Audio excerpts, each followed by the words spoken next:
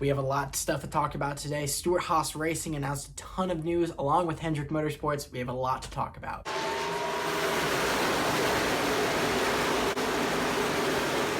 Hello everybody and welcome back to Inside Line. I am your host TG Sports 9, but you guys can just call me Tristan. We have a lot to talk about today. We have a ton of news with Stewart-Haas Racing, but also we have a new contract for William Byron.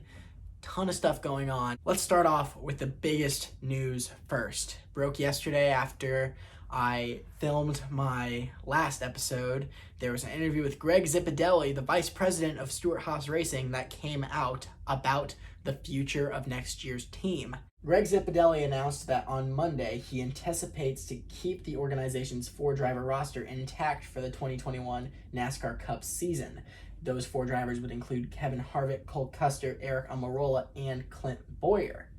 Now, until today, Eric Almirola and Clint Bowyer do not have contracts into the next season, except for big news that announced today. Smithfield has re-signed their sponsorship with Eric Almirola, which means Eric Almirola is good for next season. So Eric Almirola is going to return to the 10 car. All is good with him and his contract for next season.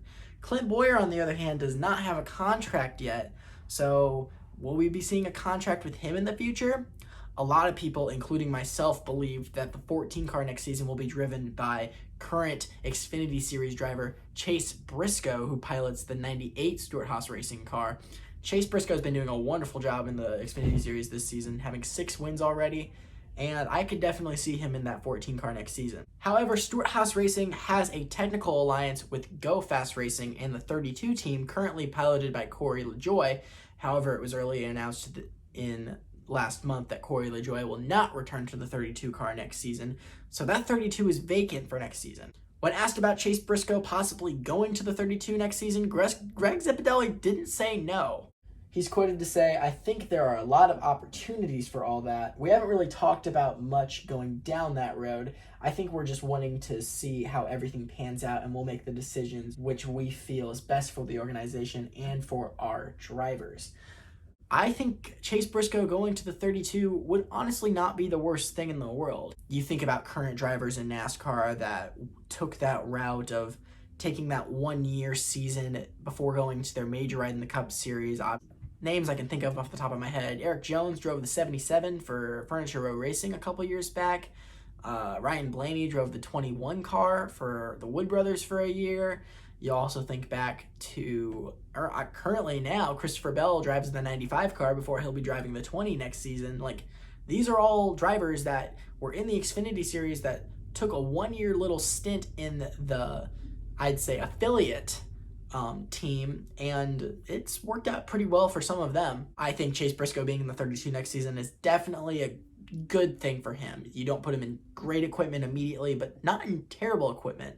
But I think the 32 would be good for him. And that would mean that Clint Bowyer would most likely return to the 14 car next season, unless Stewart-Haas Racing has something else crazy they don't want to announce. There is a lot of rumors that Kyle Larson may be returning to NASCAR next season and might be piloting the 14 car. However, I believe that's highly unlikely. I just believe it'll be Clint Bowyer for next season. But right now, you got to focus on the playoffs. They have all 4 of their drivers in the playoffs this season. That is a huge accomplishment.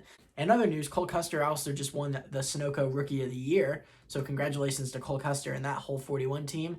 I personally believe it should have been Tyler Reddick, but Cole Custer got a win this season, so what are you going to do? In other news, with Hendrick Motorsports, William Byron on Saturday brought home his first career victory for Hendrick Motorsports, and earlier today they have announced that they have re-signed William Byron until 2022, so he will be piloting the 24 car for the next couple of seasons, and I think that's well-deserved. I mean, who else was going to go to that 24 car? You could make an argument for Noah Gragson, but he just re-signed with Junior Motorsports for another season, and obviously Hendrick's affiliate is Junior Motorsports.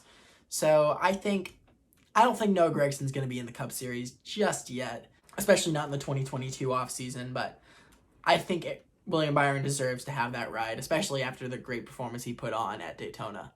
Now, we still don't know about what the 48 car is going to be. Obviously, we know Alex Bowman's re-signed in the 88 car, and Chase Elliott obviously has a deal. Now, William Byron has a deal. Who is going to drive that 48 car?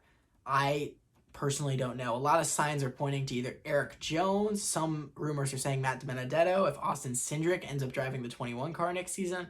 I personally think it's going to be Eric Jones. I mean, you could make an argument for Corey LaJoy.